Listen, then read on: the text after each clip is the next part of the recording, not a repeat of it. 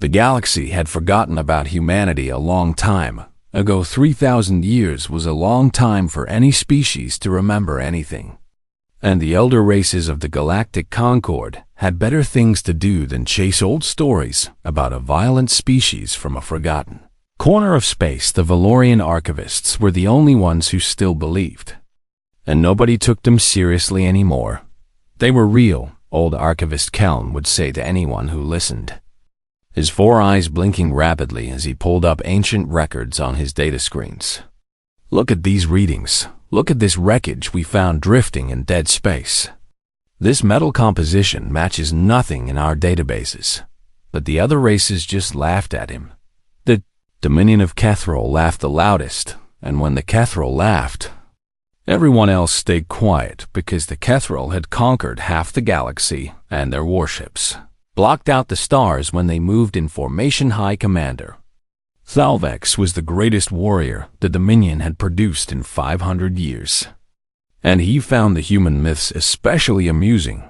He stood before the Galactic Council one day, his massive armored body casting shadows across the chamber, his mandibles clicking in a pattern that meant contempt.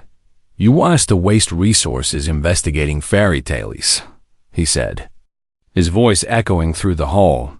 "These humans you speak of, what did the stories say about them?" Archivist Kelm stepped forward nervously. "The records indicate they were persistent predators. They would chase their prey for days until it collapsed from exhaustion. They consumed poison for pleasure, substances that would kill most species. They strapped explosive chemicals to their bodies and rode them into the sky." Thalvex cut him off with a sharp sound. "Enough. You describe monsters from a hatchling's nightmare, not a real species. Number civilization could function with such traits." The council members murmured in agreement. "I move to classify humanity as a Class 7 myth," Thalvex announced. "Alongside silicon-based life and faster-than-light travel without gates. We will waste no more time on ghost stories." The motion passed without opposition. Archivist Kelm returned to his archives in defeat. But he kept searching, kept believing, kept collecting evidence that nobody wanted to see. What none of them knew, what none of them could have imagined, was that humanity had never disappeared at all.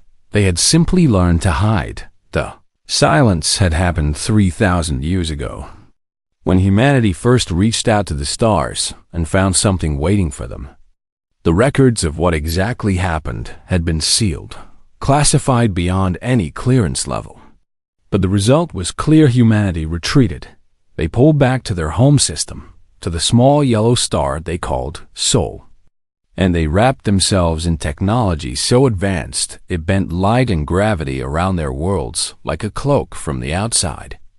The Sol system appeared empty, dead, just another failed civilization that had burned too bright and collapsed. But inside the shroud, humanity thrived. 18 billion humans lived across 9 worlds and countless stations. They had not wasted their 3,000 years of hiding. They had watched the galaxy through sensors so sensitive they could detect a ship entering their region of space from 100 light-years away.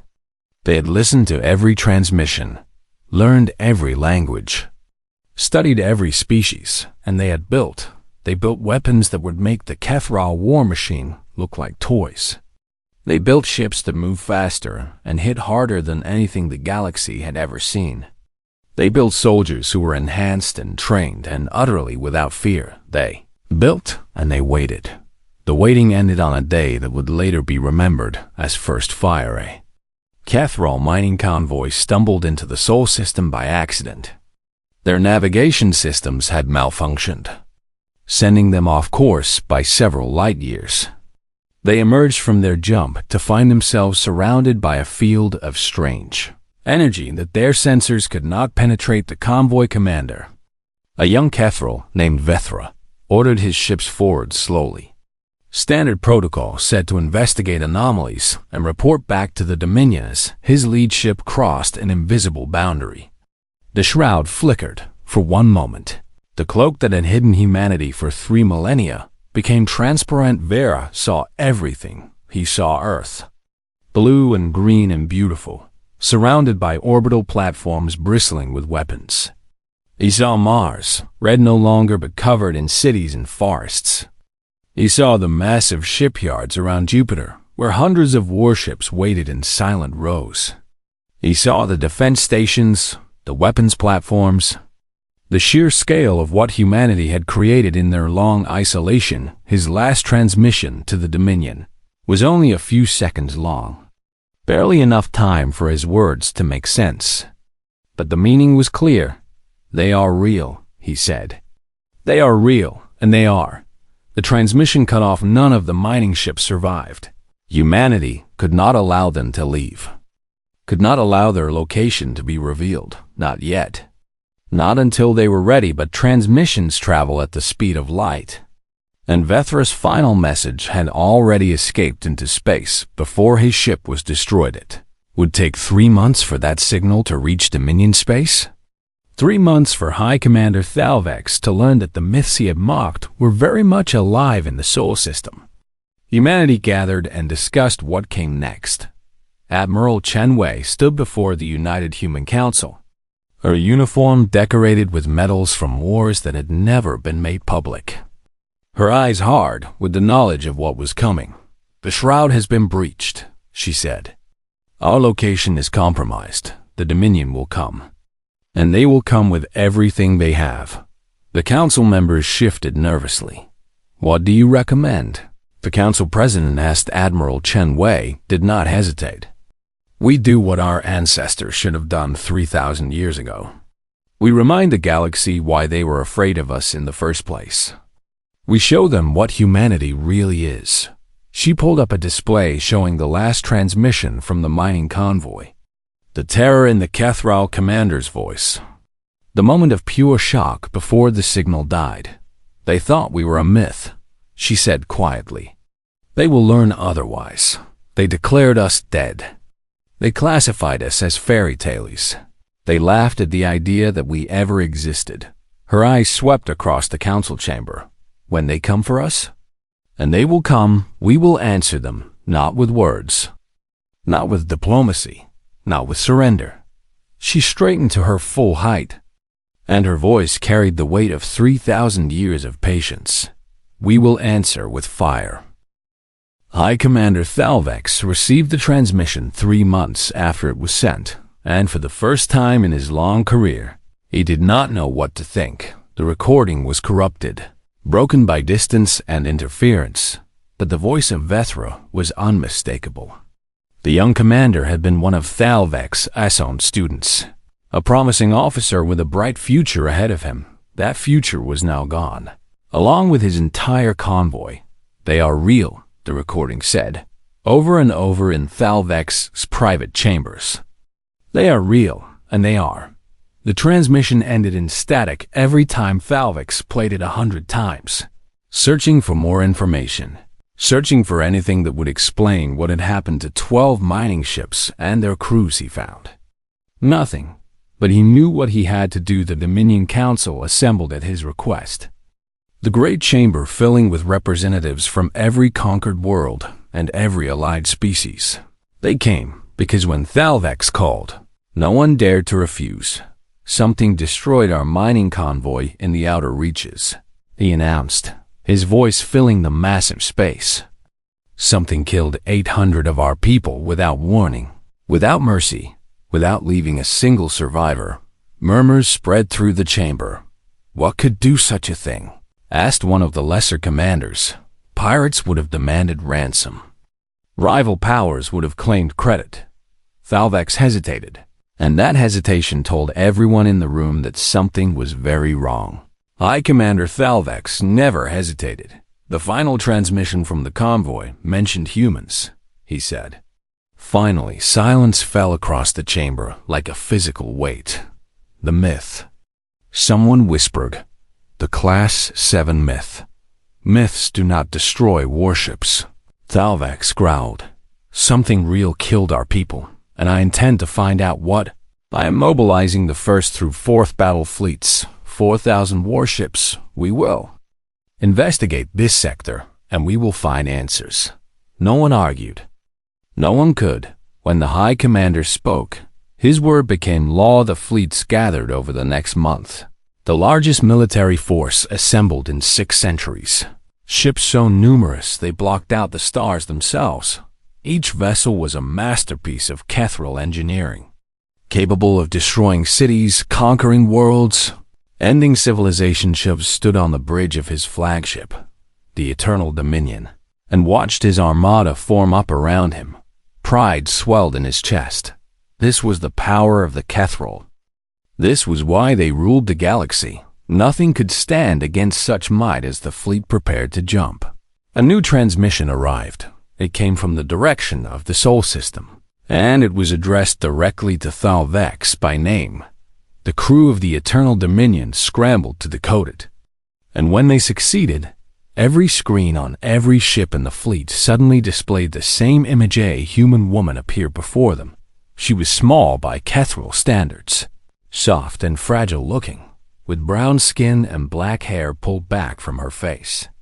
Her eyes were dark and steady, facing forward like a predator's, and she wore a uniform of deep blue with gold trim. "I am Admiral Chen Wei of the United Human Fleet," she said, speaking perfect Kethral without any accent at all. "Your mining convoy violated our sovereign space. Your vessels opened fire on our border stations when challenged. 17 of our people are dead because of your actions." Thalvex's mandibles clicked in surprise. The humans could speak his language. They knew Dominion protocols. They had been watching and learning. "You have 30 cycles to withdraw from our region of space and offer terms of reparation." The human continued, her voice never wavering. "This is not a negotiation. This is not a discussion. This is a courtesy that we will extend exactly once." The transmission ended for a long moment. No one on the bridge spoke. Then Thalvex began to laugh. It started as a low clicking sound and grew into a full roar of amusement that echoed through the command center. His officers joined in nervously, not sure what else to do. "A courtesy," Thalvex said when he finally stopped laughing. "They threaten us with courtesy, these soft creatures, these walking myths. They think they can give orders to the Dominion." He straightened to his full height. Nearly 3 meters of armored muscle and killing instinct. "Open a channel to all fleets," he commanded, and broadcast it wide. "I want every ship in this sector to hear my response." The communications officer complied. "Humans," Thalvex announced, his voice carrying across the void. "You are a myth, a story, a legend that should have stayed dead. Myths do not make demands. Myths do not threaten, and myths certainly do not give orders to gods." He paused, savoring the moment. "We are the Dominion of Kethral. We have conquered half the galaxy. We have crushed 1,000 species beneath our feet. We do not retreat, we do not negotiate, and we do not show mercy to those who challenge us." His officers cheered, their confidence restored by his words. "You want war? Little myths, then war you shall have. We will find your hidden worlds. We will burn your cities. We will salt your fields and poison your waters. And when we are done, you will not even be a memory." He cut the transmission and turned to his navigation officer. "Jump coordinates to the Sol system," he ordered. "All fleets advance at maximum speed. We end this today." The Dominion fleet moved forward.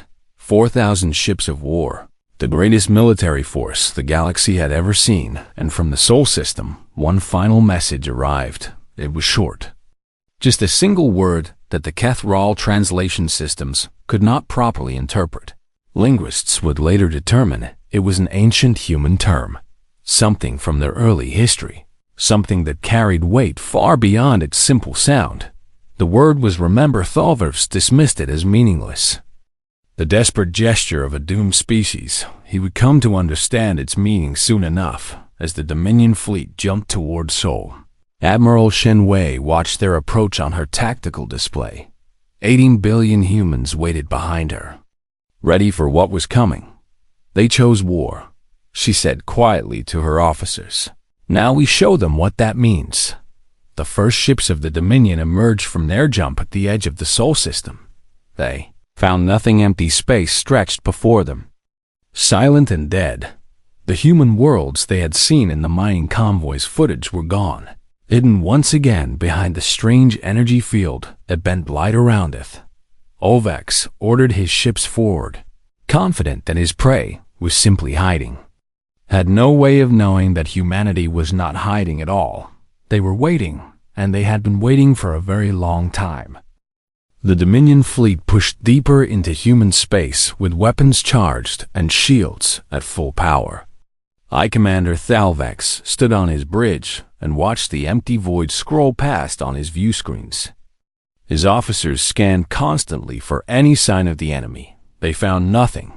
The human worlds that the mining convoy had glimpsed were simply gone, hidden behind whatever technology created the strange energy readings that flickered at the edge of their sensors. Thalvex ordered probes forward, and the probes disappeared without a trace. They are running, he decided. They saw our fleet and they fled like the cowards they are. All ships advanced to the center of the system.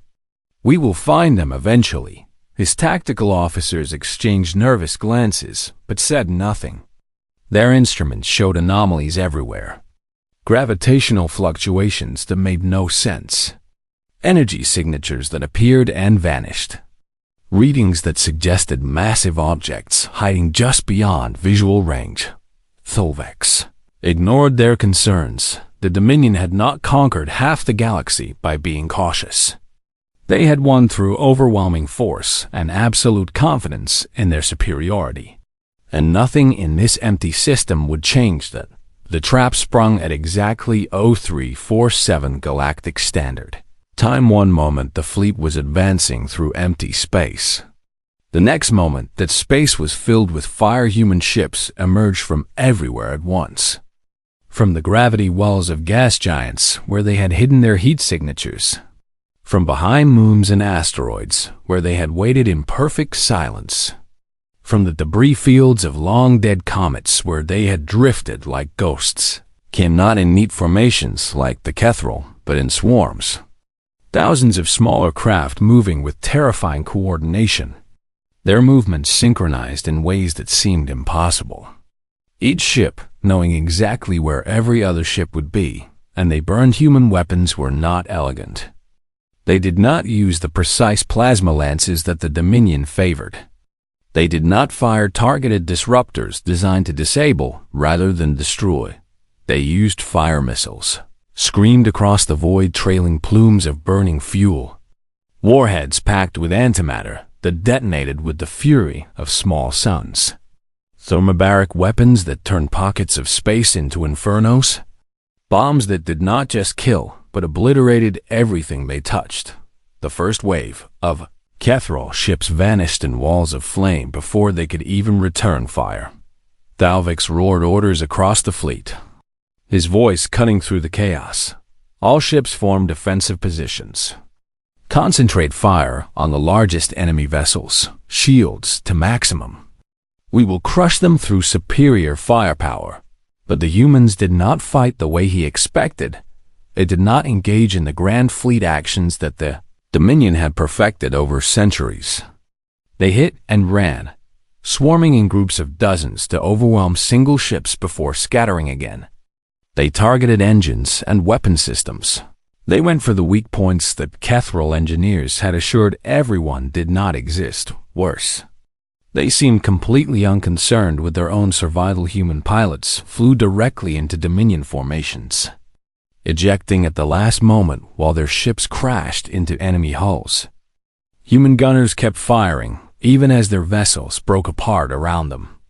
Human crews rammed boarding pods into Kethril ships and fought hand to hand in the corridors. The reports flooding into the Eternal Dominion were terrifying in their consistency.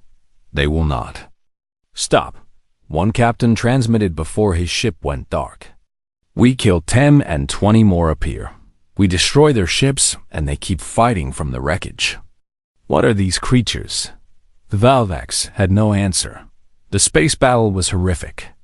But the ground assault was worse, when the initial chaos gave way to something resembling battle lines. Thalvex ordered troops to the fourth planet of the system, a rust-colored desert world that his scans showed was lightly defended. If he could establish a foothold, he could coordinate a proper campaign. His soldiers landed in their thousands. Elite Kethral warriors in power armor that could shrug off most weapons. Veterans of 100 planetary conquests who had never known defeat. They expected the humans to be hiding in bunkers and fortifications, waiting to be rooted out. Instead, they found humans advancing toward them across the open desert. Kethral, commander on the ground, could not believe what he was seeing. His enemies were charging directly at his defensive positions, running across open ground with no cover, no support, no apparent regard for the fact that they were vastly outnumbered and outgunned. "Open fire," he ordered, and his troops complied. Humans fell by the dozens, by the hundreds, their bodies tumbling across the red sand. But the rest kept coming. They ran faster than any species the Kethral had ever encountered. They moved with a coordination that spoke of years of training. And when they reached the Kethral lines, they did not stop. The fighting became close, and brutal human soldiers used weapons that fired chemical propellants. Primitive by Dominion standards, but they aimed with terrifying precision, targeting joints and gaps in armor, sensors, and communication equipment.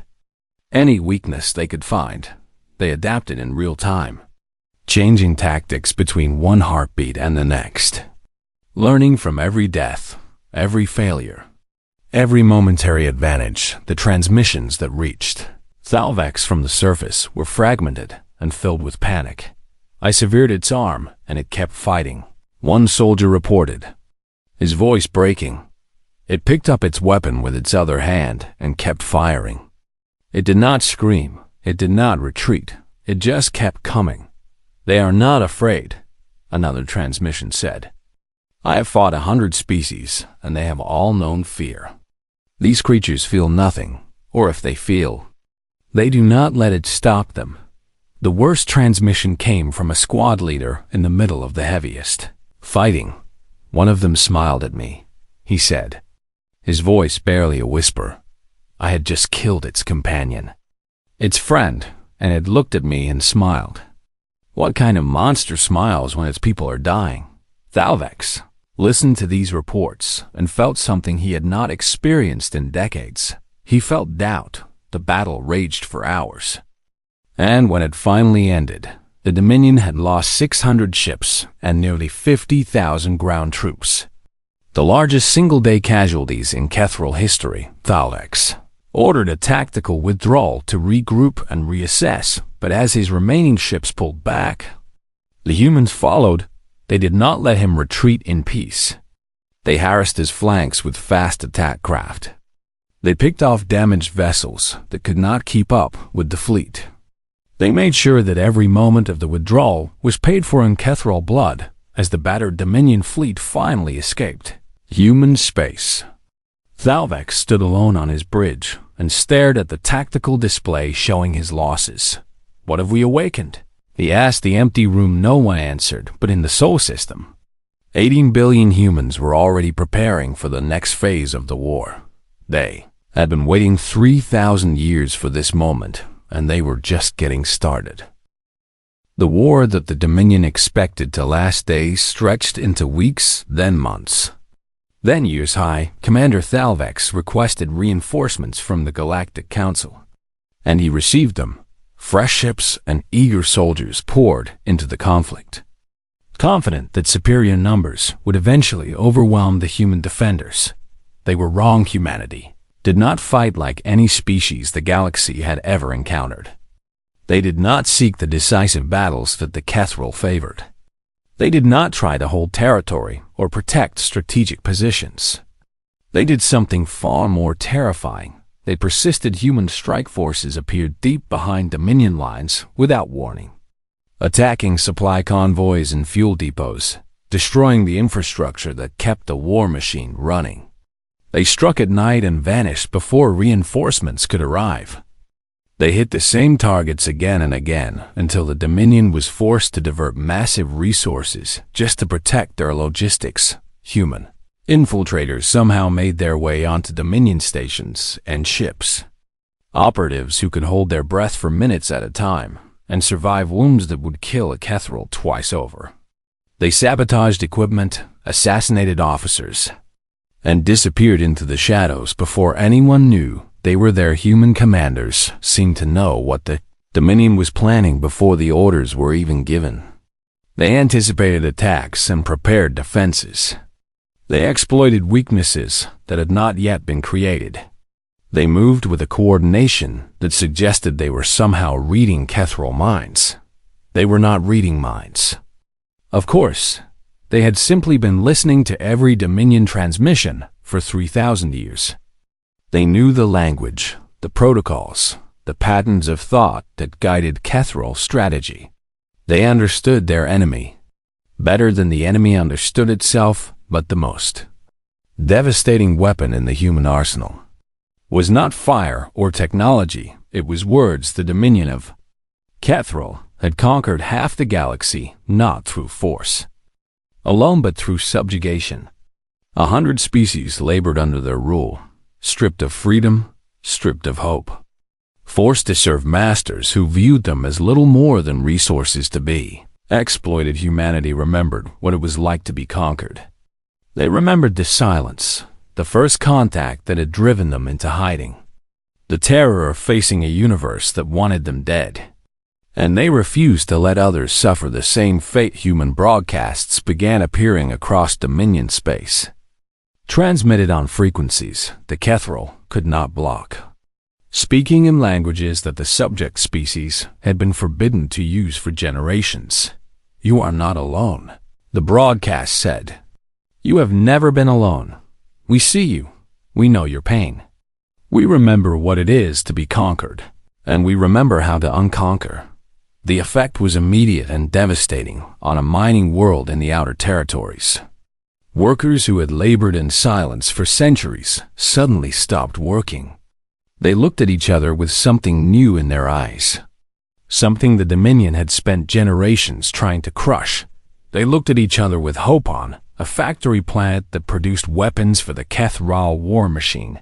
The assembly lines ground to a halt. The workers did not fight, not yet, but they stopped cooperating. And the weapon that is never built is a weapon that can never be used on a dozen worlds, then 100, then 1,000. The fires of rebellion began to smolder. Human advisors appeared among the subject species, bringing with them weapons and training and something far more valuable. They brought knowledge. They taught the conquered peoples how to organize, how to resist, how to fight back against their masters. The humans shared their technology freely. Not their most advanced systems, but enough. They gave the rebels weapons that could penetrate Kethril armor, communications equipment that could not be intercepted, medical supplies that could save lives that would otherwise be lost. "Why do you help us?" asked a rebel leader from a species called the Vorathi. His people had been slaves of the Dominion for 800 years. "What do you want in return?" The human advisor, a woman with gray hair and kind eyes, smiled at him. "We want you to be free," she said. "That is all. That is enough." The Vorathi leader did not understand. In his experience, nothing was ever given freely. There was always a price, always a catch, always a chain waiting to be attached, but the humans asked for nothing except that they, Vorathi, fight for themselves. Dalvevs watched his empire crumble from within and raged against the unfairness of it all. He had fought enemies before. He had crushed rebellions and conquered civilizations. But he had never faced an opponent who weaponized hope itself. He requested emergency assistance from the Galactic Council. Surely the other races would see the threat that humanity posed. Surely they would unite against this common enemy. The response was silence. The other races had been watching the war unfold. They had seen the Dominion humbled. They had heard the human broadcasts. And they had made their calculations. Some chose neutrality, unwilling to risk their own forces against an enemy who had bloodied the mighty Kethrol. Others began quietly reaching out to human diplomats. Exploring the possibility of alliance, the Dominion stood alone in desperation. Thalvex gathered every ship he had left and planned one final attack. He would strike at the human homeworld itself, the planet they called Earth. He would burn it to ash and salt the ground where their civilization had been born. If he could not defeat humanity, he would destroy their heart and leave them wandering the stars without a home. His fleet was smaller now. Barely 1,000 ships where once there had been 4,000. But it was still the largest military force outside human space, still capable of destroying worlds. Still carrying the legacy of Kethrol supremacy, they jumped to Earth and emerged from faster than light. Travel expecting resistance. Expecting a final battle that would decide the fate of the galaxy.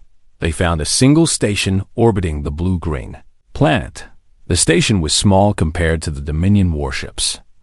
A fragile thing of metal and glass that looked like it might break apart in a strong solar wind. Thalvex stared at it in confusion. Where are their defenses? He demanded. Where are their fleets? His officers had no answer. The station broadcast a single message. The voice calm and clear. You may take this world if you can, it said. Many have tried. We remember them all. But understand what you are choosing. High Commander, we are not our planet. We are not our bodies. We are not our cities or our history or our monuments. The voice paused. We are an idea. We are the belief that beings should be free, that the strong should protect the weak rather than exploit them. That hope is not foolishness, but the foundation of everything worth building. Another pause. Longer this time. Ideas do not die. High Commander, you cannot burn an idea. You cannot bomb it or conquer it or force it to submit. Even if you destroy every human in the galaxy, the idea will remain. It will spread to every species you have oppressed, every world you have conquered, every heart that has ever dreamed of something better. Thalvex listened to the words and felt cold. Is that a threat? He demanded. It is a truth, the station replied. We told you to remember. Now you understand what we meant. For a long moment, Thalvex hesitated. Then he gave the order to fire. The station's weapons activated. And the Eternal Dominion, the greatest warship the Kethrol had ever built, ceased to exist in a flash of light brighter than the sun. Thalvex died never understanding what had happened, never comprehending that the single station had been armed with weapons that humanity had spent 3,000 years perfecting. Weapons designed specifically to destroy everything he represented.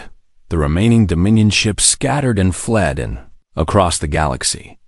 The subject species watched and began to believe that freedom was possible after all. The Treaty of Soul was signed 18 months after High Commander Thalvex died above Earth. The ceremony took place on a station orbiting the blue planet. A new station built specifically for this moment. Representatives from every species in the galaxy gathered to witness the end of an era and the beginning of something new, the Dominion of Kethrol. Once masters of half the known galaxy, arrived with a delegation of 7. They wore simple clothes instead of their traditional armor, and they moved with the careful slowness of beings who had learned humility through defeat. Admiral Chen Wei represented humanity. She stood at the center of the great chamber in the same blue uniform she had worn when she first warned the Dominion to withdraw. Her hair was grayer now, but her eyes were just as steady. The terms of the treaty were surprisingly gentle. Dominion would release all subject species from their control. The conquered worlds would be granted independence. The slave labor camps would be closed. The military would be reduced to a defensive force incapable of threatening its neighbors. But there were no demands for territory, no claims for resources, no punishing reparations designed to cripple the Kethrol economy for generations. The other species in attendance murmured in confusion. They had expected humanity to claim the spoils of victory, to take what the Dominion had taken from so many others. This was how the galaxy had always worked. The strong conquered, and the weak submitted. Admiral Chun Wei addressed their confusion directly. "We did not fight this war for conquest," she said, her voice carrying through the silent chamber. "We did not build our fleets to become the next dominion, to replace one empire with another, to trade one set of chains for a different color." She looked at the Kethral delegation, and there was no hatred in her eyes. Only a weariness that spoke of too many battles and too many graves. "We fought because you gave us no choice. We fought because you came to our homes with weapons drawn and murder in your hearts.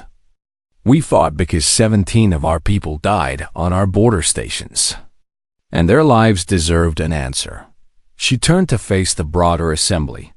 "We ask only what we demanded at the beginning: acknowledgement of our sovereignty, reparation for our dead, and peace. That is all. That is enough." The Kethral representative, a young commander named Velthax, who had risen through the ranks after most of the senior officers died with Thalvex, stepped forward. "You could destroy us," he said, and there was genuine bewilderment in his voice. "Your weapons, your technology, your soldiers. You could do to us what we have done to so many others. Why show mercy to those who showed you none?" Admiral Chun Wei smiled, and it was a sad smile. The smile of someone who had seen too much suffering. "Because we remember," she said. "We remember what it was like to be afraid, to be conquered, to be driven into the darkness by forces we could not understand. We spent 3,000 years hiding because the galaxy taught us that survival meant isolation, that the universe was cruel and we had to be crueler to endure." She shook her head. "We were wrong. Cruelty does not end cruelty. It only spreads it. Fear does not defeat fear. It only feeds it. The cycle continues forever until someone chooses to break it. Until someone decides that victory means something more than destruction." She reached out her hand to Velvax. "We choose to break it. We choose to believe that you can be better than your ancestors, that the future does not have to repeat the mistakes of the past. We choose hope over hatred, even after everything you did to us." Velthax stared at her hand for a long moment, then slowly, hesitantly, he reached out and took it. The chamber erupted in sounds that might have been applause, might have been relief, might have been the collective exhale of a galaxy that had been holding its breath for years. The Galactic Concord formally recognized humanity as a sovereign civilization that same day. The old classification of Class 7 myth was stricken from the records, replaced with a new designation that the human diplomats reportedly found amusing: Class 1, apex persistence predator. But it was not humanity's weapons or tactics that truly changed the galaxy.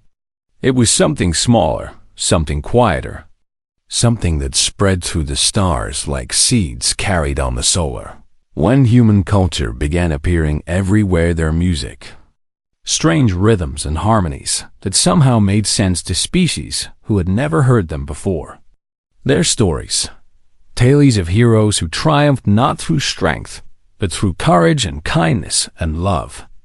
Their art, their food, their inexplicable attachment to small furry animals that served no practical purpose, species that had lived in fear for generations, learned words from human languages that had no equivalent in their own hope. Was one of them, trust was another. The Vorathi, who had been slaves for 800 years, built their first free city and named it after the human advisor who had helped them rise. The Selenari, who had forgotten their own history, found humans helping them rediscover who they had been before the conquest. The Kethral themselves, once feared across the galaxy, began the slow work of rebuilding their identity as something other than conquerors. The Valorian archivists, who had been mocked for believing in humanity when everyone else dismissed them as myths, compiled a new entry in their histories. For 3,000 years, the entry read, "We believed humanity had burned out. We thought they had consumed themselves in the fires of their own violence. that their story was a cautionary tale about the dangers of passion and persistence. We were wrong. The entry continued. Humanity did not burn out. They burned inward. They took their fire and they transformed it. They turned destruction into creation. They turned fear into determination. They turned 3,000 years of isolation into preparation for a moment none of us saw coming. The final paragraph of the entry became famous across the galaxy. They waited in the darkness until the darkness grew deep enough that their fire could be seen. And when they finally emerged, they did not bring conquest or revenge. They brought something the galaxy had forgotten existed. They brought light. In the years that followed, beings of 100 species gathered in cantinas and council chambers, in ships and on stations. And they raised glasses to the myth that had answered with flames. The humans among them, scattered now across the stars, accepted the toasts with characteristic humility. They did not see themselves as heroes or saviors. They were just people who had done what needed to be done, who had fought when they had to fight and made peace when peace was possible. Admiral Chun Wei retired to a small house on Earth, near an ocean that had been rising when she was born and had been stabilized by the time she returned from the war. She spent her days reading and gardening and playing with her grandchildren. Sometimes visitors came to ask her about the war, about her decisions, about the moment when she had offered her hand to an enemy and changed the fate of the galaxies. She always gave them the same answer. We never stopped being afraid. She would say, "Fear is part of being human, part of being alive. But we learned something during our long hiding, something that the Dominion never understood." She would look out at the ocean, blue and calm and full of life. Fear does not have to control you. It can drive you, push you, make you stronger. But it cannot choose for you. Only you can do that. Only you can decide whether to let fear make you cruel or let it make you careful. Let it make you a monster or let it make you wise. She would smile then, the same sad smile she had worn on the day of the treaty. We chose to be wise. That is all. That is everything. And across the galaxy, in every language ever spoken, beings told their children about the species that had hidden in the darkness for 3,000 years. The species that had emerged with fire in their hands and hope in their hearts. The species that had proven that myths could be real and that monsters could be redeemed. They told their children about humanity, and the children listened with wonder in their eyes.